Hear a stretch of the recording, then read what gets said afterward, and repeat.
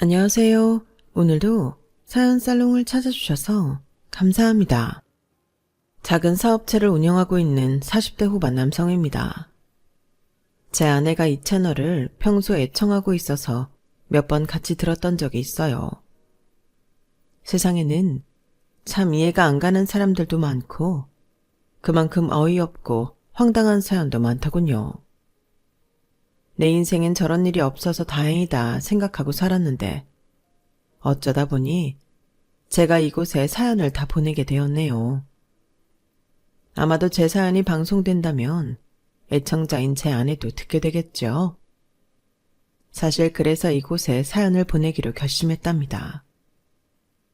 저는 사업을 크게 하신 아버지 덕분에 금전적으로 어려움 없이 자랐어요.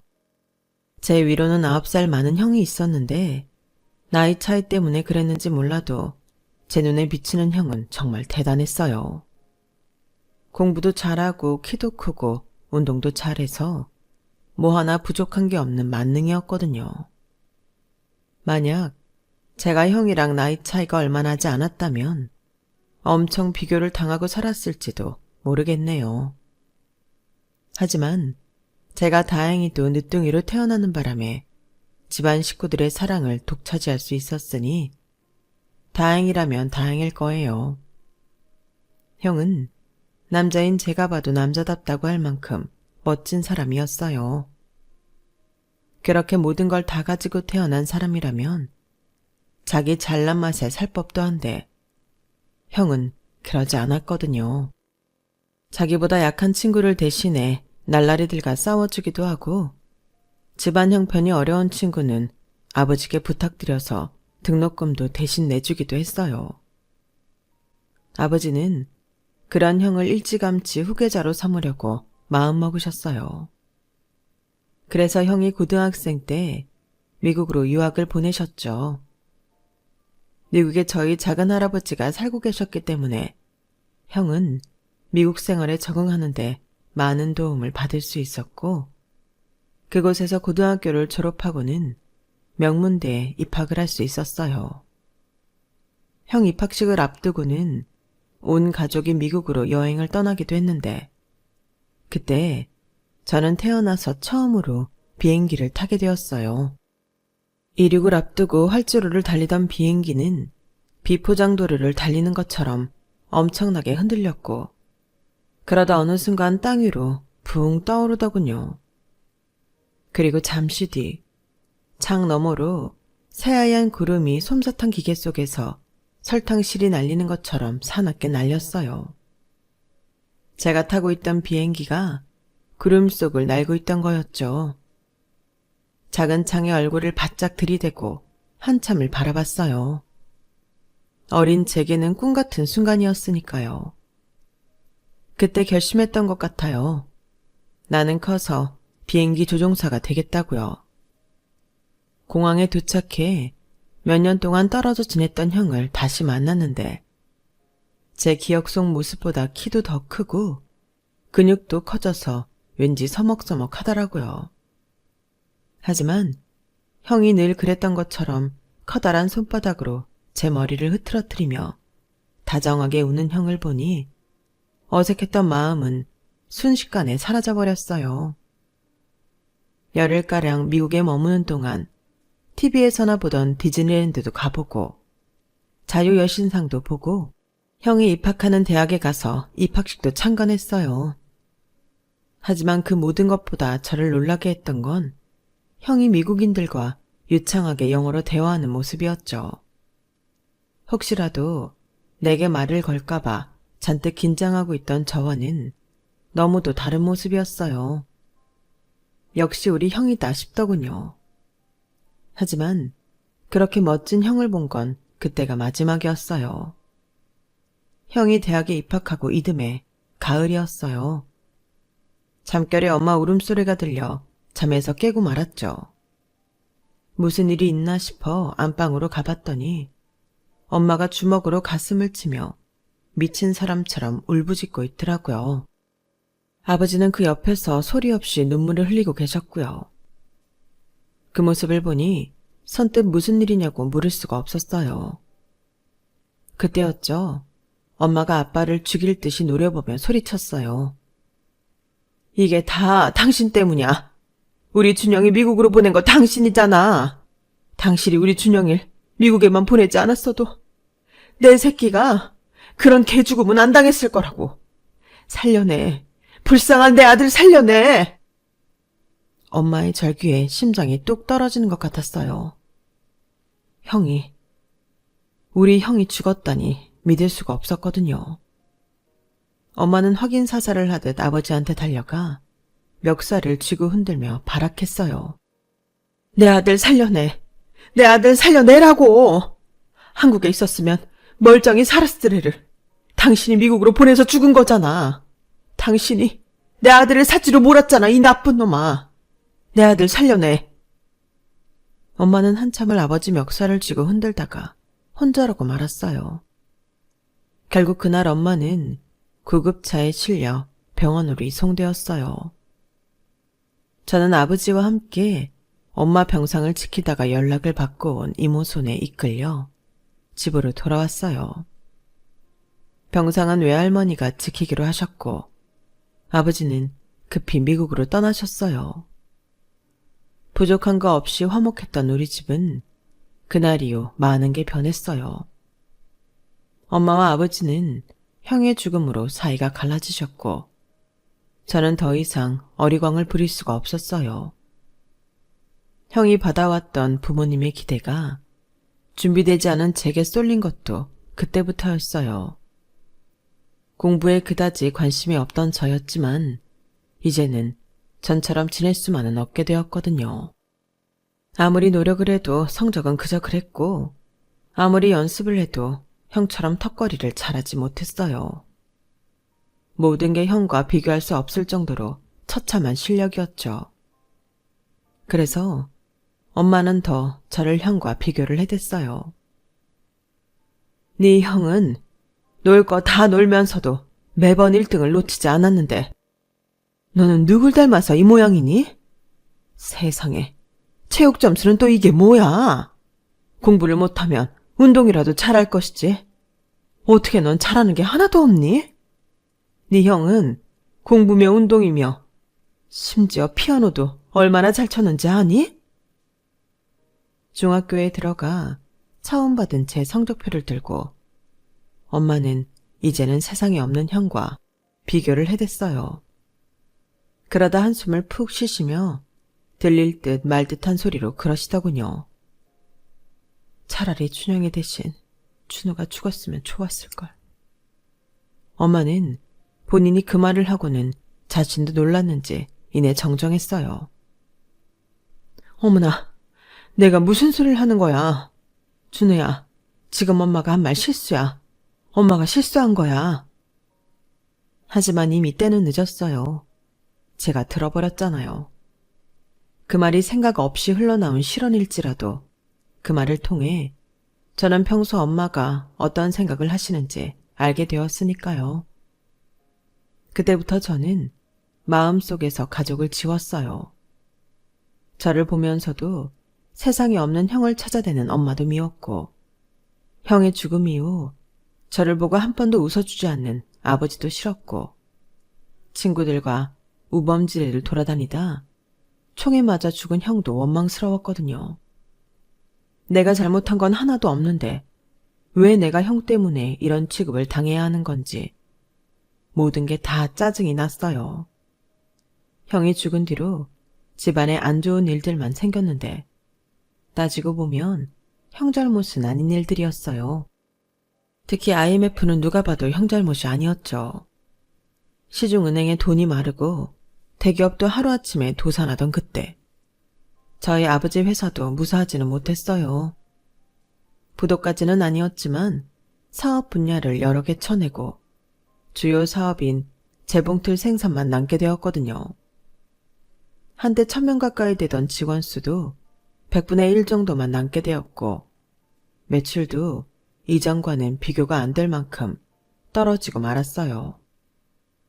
거기다 의류업계 불황까지 겹치는 바람에 재봉틀 수요가 줄어 해를 거듭할수록 회사 사정은 더 어려워지게 되었죠. 벌어들이는 돈보다 사재를 털어 회사에 집어넣는 돈이 더 많아지면서 아버지는 예전과 달리 많이 약해지셨어요.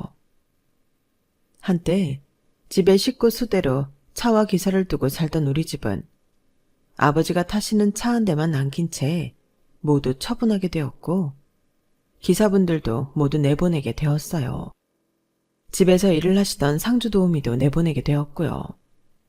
이제는 아버지가 손수 차를 몰고 엄마가 직접 주방 일을 하게 되셨죠. 그러다 보니 그 큰 집을 관리하기 힘들어서 집도 아파트로 옮기게 되었어요. 평장동 대저택에서 나고 자란 저로서는 좁은 아파트 생활이 답답하기만 했어요. 이사를 하면서 전학을 한 바람에 새 학교에 적응을 하는 것도 힘들었고요. 친구가 없어지니 공부에 전념할 수 있어서 성적이 올랐다는 거 하나 빼곤 좋은 게 아무것도 없었죠. 중학생 때 비하면 성적이 많이 오르긴 했지만 그래도 대학을 골라서 갈 정도는 아니었어요. 안간힘을 쓰며 최선을 다했지만 이름 있는 대학은 꿈도 못 꾸고 예비 11번으로 겨우 대학에 들어갈 수 있었어요. 그래도 다행인 건 서울에 있는 대학에 진학했다는 정도였죠. 입학식이 있던 날 저희 대학에 오신 부모님은 평소보다 안색이 안 좋으셨어요. 말은 안 하셨지만 형 입학식에 갔던 날을 떠올리시는 것 같았죠. 형이 세상을 떠난 지도 10년 가까운 세월이 흘렀지만 부모님 마음속엔 여전히 살아있는 것 같았어요. 제가 아무리 노력해도 부모님 마음속 1순위는 여전히 형이었던 거죠. 나에게 기대하는 사람이 없다는 걸 매 순간 확인하며 사는 건 정말 잔인한 거였어요. 그래서 결국 그동안 참았던 서름이 한꺼번에 터지고야 말았죠. 별거 아닌 일에서 말이에요. 그날은 평소와 다를 바 없는 날이었어요. 아침부터 엄마가 졸업 후 진로에 대해 말을 꺼내기 전까지는 말이죠. 니네 학교 나와서 취직은 제대로 하겠니? 차라리 재수를 하는 게 어때? 네 형만큼은 아니어도 어느 정도 이름 있는 대학은 가야 하잖아. 같은 배에서 났는데 어쩜 넌 네 형 반도 못 따라가니? 제발 형 좀 닮아봐라. 그 말에 순간 열불이 났어요. 그래서 들고 있던 밥숟가락을 집어 던졌죠. 제발 그만 좀 하세요. 언제까지 그러실 거예요? 난 형이 아니에요. 나한테 형처럼 살기를 바라지 마시라고요. 엄마 눈에는 나는 안 보이죠? 아직도 죽은 형뿐인 거죠. 난요, 형이 죽던 그날부터 지금까지 형이 남긴 망상이랑 싸우는 기분이에요. 내가 그렇게 좋아하던 형이 지금은 진저리치게 싫다고요. 왠지 아세요? 엄마 때문이에요. 왜 날 이렇게 나쁜 놈을 만드는 건데요? 왜 살아있는 날 죽이지 못해 안달이냐고요. 엄마가 아무리 나한테서 형 모습을 찾아도 절대 못 찾을 거예요. 난 형이 아니니까요. 그때였어요. 조용히 식사를 하시던 아버지가 젓가락을 내려놓으시곤 제 뺨을 치셨어요. 버르장머리 없는 자식 같으니라고. 네 형이 얼마나 널 아꼈는데 비교 좀 당한다고 그딴 소리를 해. 그렇게 싫으면 내 집에서 나가. 사실 아버지한테 맞은 뺨이 딱히 아프지는 않았어요. 하지만 가슴은 찢어지는 것처럼 아프더라고요. 그때 알았어요. 저에게 돌아올 부모님 사랑은 없다는 걸요. 그래서 더는 기대하지 않겠다 다짐했죠. 그 후로는 부모님이 무슨 말을 하든 형과 뭐를 비교하든 신경 쓰지 않았어요. 마음의 문을 아예 닫아버렸거든요. 대학 졸업을 앞두고 아버지께서 회사에 들어와 일을 배우라고 하셨지만 끝까지 거절했어요. 그리곤 제 힘으로 취직을 했죠. 제가 들어간 회사는 아버지 회사에 비해서도 규모가 한참이나 작은 회사였어요. 전 직원이 저를 포함해 10명 남짓이었으니까요. 그래도 회사 분위기는 좋았어요. 젊은 사람들이 뭉쳐서 만든 회사라서 복장도 자유로웠고 사내 기강도 그리 강한 편이 아니었거든요. 집에서는 늘 형 그늘에서 사는 저였지만 회사 안에서는 꽤 능력을 인정받고 있어서 집보다 회사가 편했어요. 자발적으로 야근을 할 정도로요. 직원 수가 적은 만큼 직급도 타 회사들에 비해 연차 대비 높은 편이었어요. 제가 입사 4년 차에 팀장을 맡고 있었으니 말 다 했죠. 자존감도 살아나고 성취감도 느끼면서 직장 생활을 했는데 하필 그때 아버지가 쓰러지신 거예요. 다행히 의식은 찾으셨지만 후유증으로 거동을 제대로 하실 수 없게 되었어요. 말도 많이 어눌해지셨고요. 더는 회사를 운영할 수 없게 되신 거죠. 그 바람에 저는 울며 겨자 먹기로 다니던 회사를 그만두고 아버지 회사에 나가게 되었어요. 엄마는 어차피 물려받을 회사였으니 그 시기가 조금 당겨졌다 생각하라고 하시더군요. 하지만 그게 말처럼 쉬운 게 아니었어요.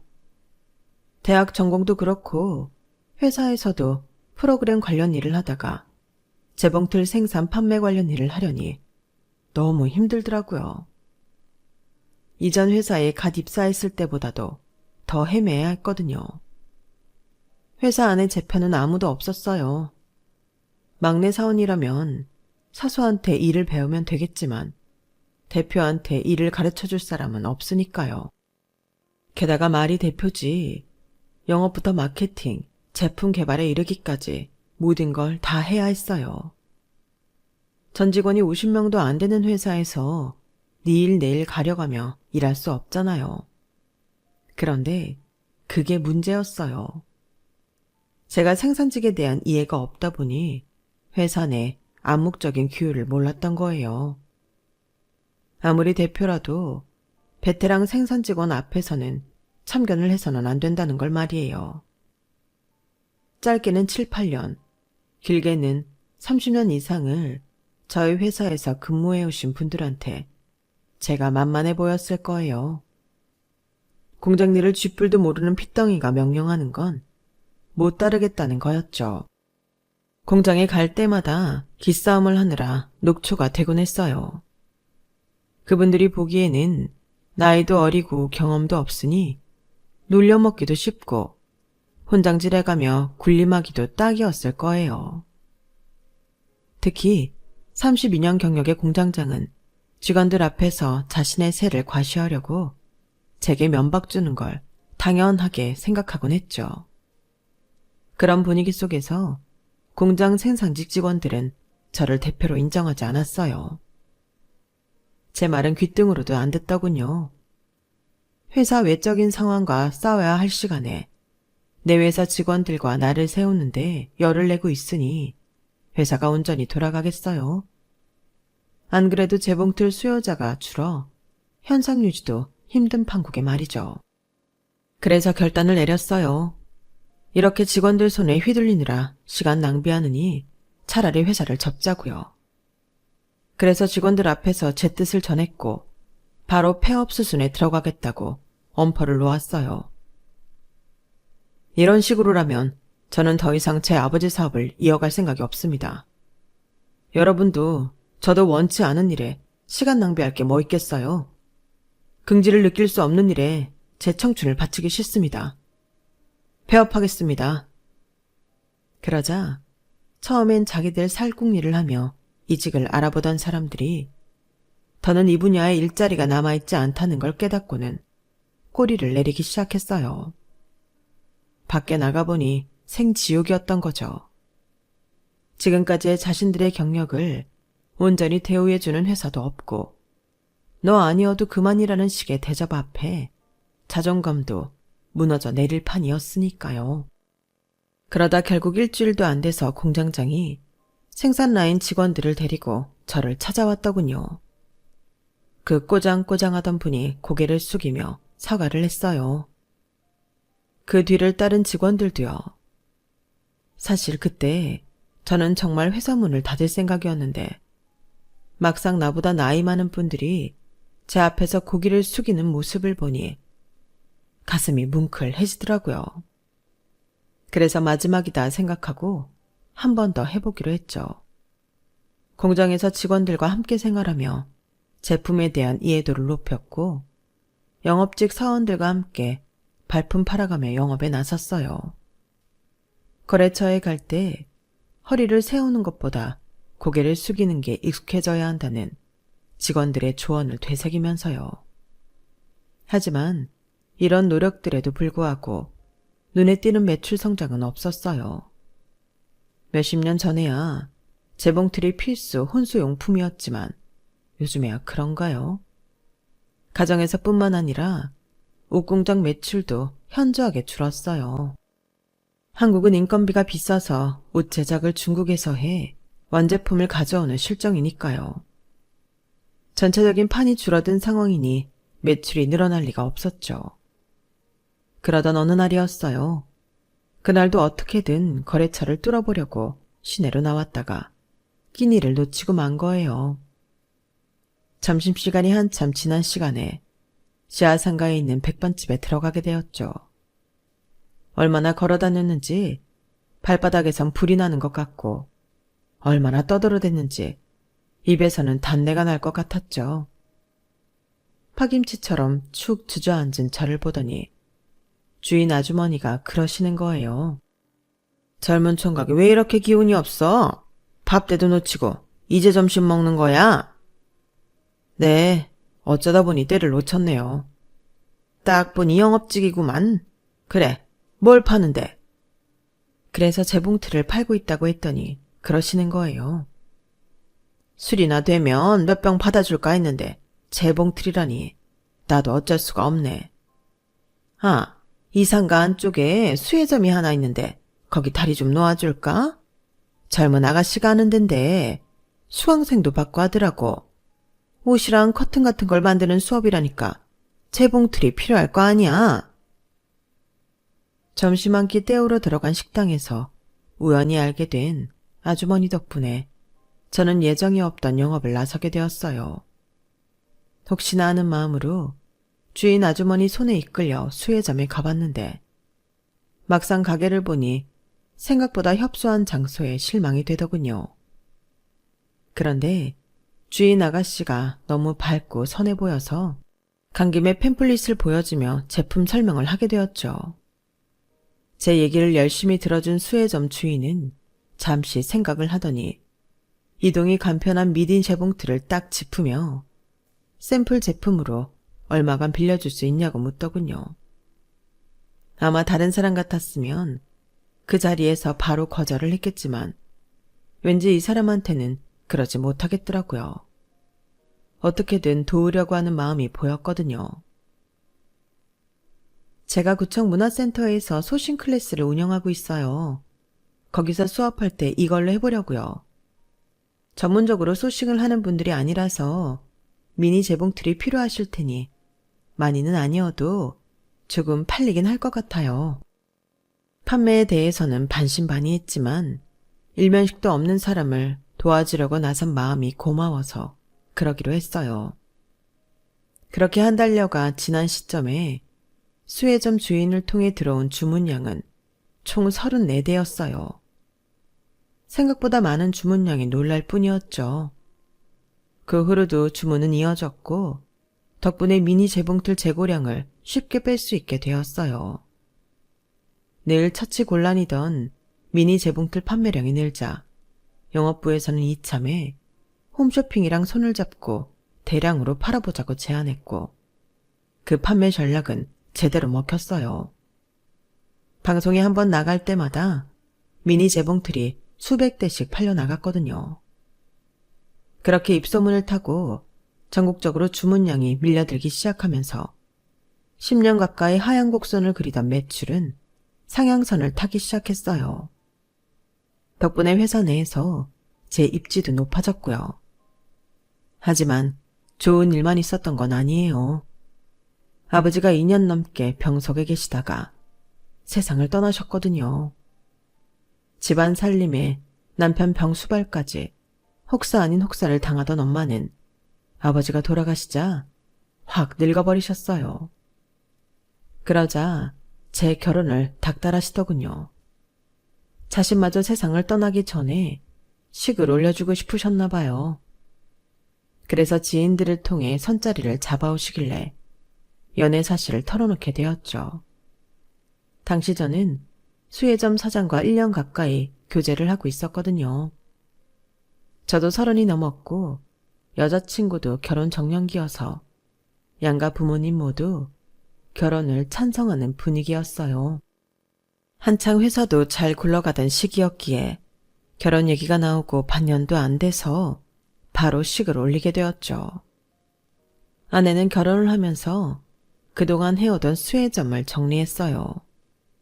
아내가 시어머니 부양에 가정 살림까지 해야 했기에 그럴 수밖에 없었죠. 사실 저는 분가를 하고 싶었어요. 아시다시피 제가 엄마랑 사이가 그리 좋지 못하잖아요. 그런데 아내가 연로하신 어머니를 어떻게 혼자 지내시게 하냐고 본가에 들어가 살자고 하더라고요. 제 부모 부양이야 제 의무인데 괜히 아내한테 떠넘기는 것 같아 미안했지만 못 이기는 척 아내 뜻을 따르기로 했어요. 아버지가 돌아가시고 집에 홀로 계신 엄마 걱정까지 해야 했던 저는 아내 덕분에 온전히 회사 일에 집중할 수 있게 되었죠. 아내 성격상 엄마와 트러블 없이 잘 지낼 거라는 막연한 믿음도 있었고요. 그런데 그건 어디까지나 제 생각일 뿐이었나 봐요. 결혼하고 반년이 지나면서부터 아내가 전과 달리 말수도 줄고 표정도 많이 어두워지더라고요. 소화가 안 되는지 늘 소화제를 끼고 살길래 하루는 넌지시 물었죠. 혹시 엄마가 자기 힘들게 해? 안색도 안 좋고 자꾸 소화도 안 된다고 하니까 걱정돼서 그래. 아내는 그런 거 아니라고 했지만 아무리 봐도 아닌 게 아닌 것 같았어요. 그래서 엄마랑 직접 얘기를 해봐야겠다 생각했는데 엄마가 의외의 말을 하지 뭐예요. 너 사기 결혼 당한 거야. 저 여우 같은 게 우리 집을 뭘로 보고 아주 감쪽같이 속여왔지 뭐냐? 너 제 임신 못하는 거 알고 있었니? 표정 보니 몰랐던 모양이구나. 내 이럴 줄 알았지. 손주 욕심에 결혼하고 몇 달 안 돼서부터 애들어서는 한약을 아내에게 먹이던 엄마는 얼마 전 제 아내를 데리고 한의원에 갔던 모양이에요. 그리고 거기서 청천벽력 같은 소리를 들으신 거죠. 아내 몸이 선천적으로 너무 약해서 아이가 생기기 힘들 거라는 얘기였어요. 들어보니 저게 원래 몸이 약해서 어릴 때부터 1년에 반은 병원 생활을 했다더라고. 직장 생활도 어려울 정도로 몸이 약해서 지 가게 차려 쉬엄쉬엄 일하고 살았다는 거야. 세상에. 그래놓고 결혼할 때 그런 얘긴 쏙 빼놓는다니. 말이 되니? 어째 약을 먹여도 통해의 소식이 없다 했더니 이렇게 사람 뒤통수를 치고 있었을 줄이야. 그간 제 아내한테 한약을 먹이면서 어머니는 아이 소식을 닥달했고 그러다 보니 아내는 정신적으로 스트레스를 많이 받아왔던 모양이었어요. 엄마는 절대 그러지 않았다고 하시지만 제가 엄마를 모르나요? 그동안 저도 당하고 살아온걸요. 엎친 데 덮친 격으로 결혼하고 1년도 안 돼서 회사 매출은 곤두박질 치기 시작했고 엄마는 그것마저도 아내 탓을 하셨어요. 집안에 저런 게 들어왔는데 될 일이 뭐가 있겠어? 이래서 집에 여자를 잘 들어야 한다고 하는 거야. 이러다 우리 집 망하는 거 아닌가 몰라. 어떻게든 제 아내 흠을 찾으려고 혈안이던 엄마는 제 회사 문제 가지고도 아내를 들볶기 시작했고 그러면 그럴수록 아내 몸 상태는 점점 더 엉망이 되었어요. 그렇게 5년 가까이 지내는 동안 아내 얼굴에선 웃음기가 완전히 사라져버렸죠. 한때 잠깐 반짝했던 미니 재봉 드림기는 순식간에 꺼져버렸고 또다시 매출 하향 곡선을 타던 매출은 끝도 없이 추락했어요. 직원 수를 줄이고 주력 상품에 집중하는 판매 전략을 세워 어떻게든 회사를 운영해 나가려고 발버둥을 쳤지만 좀처럼 제기의 기회는 찾을 수 없었어요. 회사 일도 그렇고 집안 일도 그렇고 어느 것 하나 해결의 기미를 보이지 않고 꼬여만 가니 어디에도 마음 들 곳이 없었어요. 그래서 나 힘들다는 핑계로 아내의 고통을 못 본 척 외면하고 살게 되었죠. 그러다 조금 숨통이 트이기 시작한 건 엄마가 미국에 사는 이모 댁으로 가시면서부터예요. 하지만 지난 몇 년간 아내를 외면하고 살아온 탓에 엄마가 없다고 해도 하루아침에 부부 사이가 좋아질 수는 없었죠. 식사 때만 마주 앉아 대면대면하게 밥을 먹는 게 고작이었어요. 그래도 집에 들어올 때마다 전처럼 두 여자 눈치를 보지 않아도 되니 다행이다 생각했어요. 집안에서 마음이 조금 편해져서 그런가 회사 일도 전보다 조금씩 풀려나가는 기미가 보이기 시작했어요. 미니 재봉틀을 중심으로 다시 주문량이 조금씩 늘기 시작했거든요. 홈쇼핑에서 다시 판매를 시작한 것도 아닌데 특정 제품 주문이 갑자기 늘어나는 게 의아하기는 했지만 회사로서는 좋은 일이니 좋게 받아들이고 있었어요. 그런데 하루는 여직원이 저를 불러 의외의 말을 하는 거예요. 대표님, 제가 비밀 하나 알려드릴까요? 여직원 말에 따르면 영업부 남자 직원 하나가 저희 집에 수시로 드나들고 있다고 했어요. 그러면서 그 남자 직원이 회사 내에서도 여직원 킬러로 유명한 사람이라는 얘기를 덧붙이더군요. 한마디로 제 아내와 남자 직원 사이를 의심해보란 뜻이었죠. 그 남자 직원 이름이 뭡니까? 대표님도 잘 아실 거예요. 윤성민 씨라고. 요즘 한창 매출 기록 세우는 직원이니까요. 혹시 그것도 사모님과 연관이 있는 거 아닐까요? 여직원은 마치 흥미진진한 아침 드라마의 불륜 스토리를 기대하는 것처럼 제 표정을 살폈어요. 그 길로 집에 돌아온 저는 초인종을 누르려다 말고 번호키를 누르고 조용히 집으로 들어갔어요. 그랬더니 아내가 쓰고 있는 작은 방에서 아내와 남자 목소리가 들리더라고요. 한동안 들을 수 없었던 아내의 유쾌한 웃음소리를 들으니 피가 거꾸로 솟는 것 같았어요. 설마 했는데 여직원 말처럼 아내가 직원과 불륜을 저지르고 있었구나 했죠. 생각이 거기까지 이르자 저도 모르게 다리에 힘이 풀려버렸어요. 그리고 머릿속에선 엄마 말대로 내가 아내한테 속아서 결혼을 한 걸까? 라는 의구심이 들기 시작했어요. 그 순한 얼굴로 그동안 나를 농락했던 건가? 지금까지 몇 놈이나 집에 들였을까? 의심은 꼬리에 꼬리를 물고 늘어졌어요. 그리곤 제 눈으로 똑똑히 아내의 불륜을 확인하려고 떨리는 손으로 아내의 방문을 열었어요. 그런데 생각지도 못한 상황이 눈앞에 펼쳐진 거예요. 더러운 짓거리를 하고 있을 거라는 내 상상과는 달리 아내와 남자 직원은 테이블 앞에 나란히 앉아 뭔가를 만들고 있더라고요. 그들 앞에는 카메라가 놓여 있었고요. 방문을 열고 들어간 내 인기척을 느낀 아내와 남자 직원은 깜짝 놀라며 하던 일을 멈췄어요. 여보, 이 시간에 여긴 어떻게 왔어요? 아내는 동그랗게 뜬 눈으로 저를 바라봤고 남자 직원은 난처한 표정을 짓더군요. 나야말로 묻고 싶어. 당신 지금 이 자식이랑 뭐하고 있는 거야?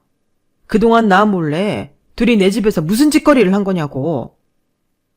자초지종도 듣지 않고 소리부터 질러내는 제게 직원은 손사래를 치며 다급히 말했어요. 대표님, 그런 게 아닙니다. 저희는 지금 재봉틀 판매를 위한 동영상 촬영을 하고 있었어요. 이거 보세요. 제가 지금 만들고 있는 거 보이시죠? 직원은 만들고 있던 베개 커버를 들이밀며 어떻게든 상황을 설명하려 애를 썼어요.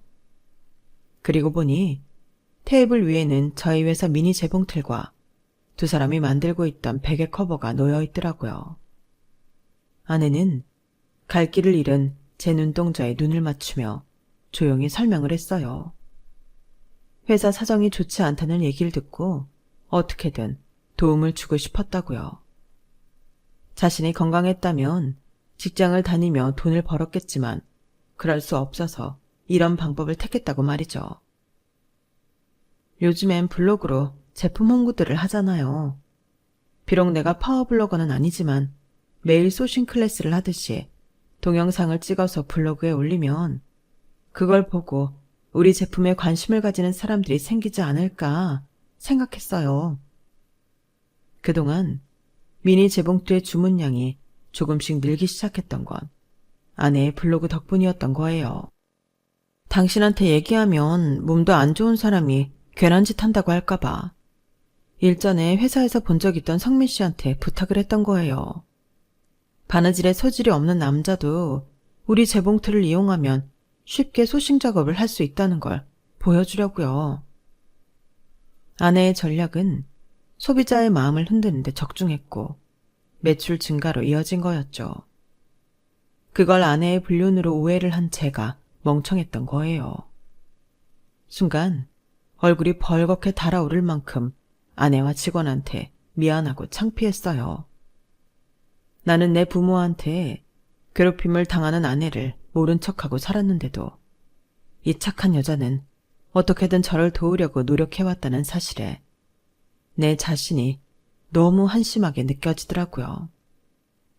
나는 지금까지 아무도 나를 진정으로 사랑해주지 않는다고 생각했어요. 죽은 형만 끌어안고 사는 부모님 밑에서 자라다 보니 타인의 마음을 그대로 받아들이기보다는 의심부터 하고 밀어내기에 급급했거든요. 상처받지 않으려고요. 모든 게 일찍 세상을 떠난 형 탓이고 저를 외롭게 만든 부모님 탓이라고만 생각했는데 그게 아니었던 모양이에요. 정작 내 자신이 마음을 닫고 혼자 피의식 속에 살고 있었더라고요. 그것도 모자라 저를 바라보는 아내의 지신까지 의심하면서 말이죠. 그러니 가장 나쁜 건 바로 저였던 거죠. 그걸 이제야 깨닫다니 한심하죠. 직원이 돌아간 뒤 아내한테 정식으로 사과를 했어요. 그리고 고맙다는 말도 전했죠. 그러자 아내가 환하게 웃으며 그러더군요. 여보, 우리는 한 배를 탄 동지야. 우리가 탄 배가 물에 가라앉게 될 판인데 어떻게 두 손 놓고 있을 수 있겠어. 그러니까 고맙다는 말은 하지 마. 대신 사과는 받아줄게. 어떻게 내가 외도를 한다고 의심할 수가 있어. 사람을 뭘로 보고. 그래도 이상하게 싫지는 않네. 난 당신이 나한테 관심이 없는 줄 알았는데 오늘 보니까 질투심이 활활 타오르던걸. 그래도 이번 한 번이야. 다음에 또 나 의심하면 그땐 정말 가만 안 둘 거야. 남편의 의심조차도 관심이라고 믿어주는 아내 앞에서 그날 저는 참 많이 울었습니다. 내가 이런 여자를 아내로 둘 만큼 제대로 된 놈이 아니란 사실에 미안하고 죄책감을 느꼈으니까요.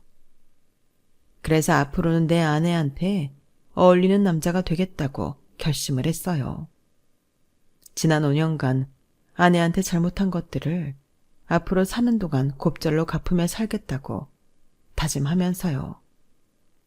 지금 이 채널을 듣고 있을 아내한테 이 말을 전하고 싶어요. 여보, 앞으로 살아가는 동안 험난한 파도를 맞고 숱한 시련을 겪게 되겠지만 그래도 당신과 함께라면 난 살아남을 자신이 있어. 부족한 남편이지만 버리지 말고 데리고 살아줘. 그 은혜는 내가 평생 갚으며 살게. 사랑해 여보. 지금까지 제 사연을 들어주셔서 감사합니다. 항상 건강하시고 항상 기쁜 하루하루를 살아가시길 진심으로 바랍니다. 여러분, 사연 댓글에 응원과 현명한 조언 부탁드려요. 좋아요와 구독은 저에게 큰 힘이 됩니다. 오늘도 좋은 일 가득하세요.